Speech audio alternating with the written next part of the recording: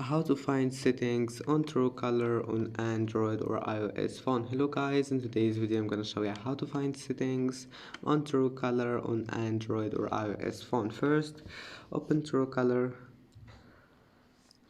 and now click on your profile here, and here you will find this icon settings in the top corner. Click on it.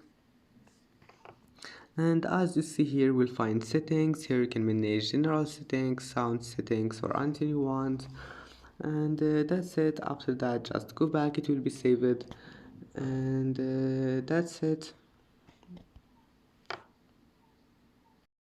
And that's it for today's video. If you like this video, please don't forget to like and don't forget to subscribe. And thank you for watching this video until the end, and see you in the next video.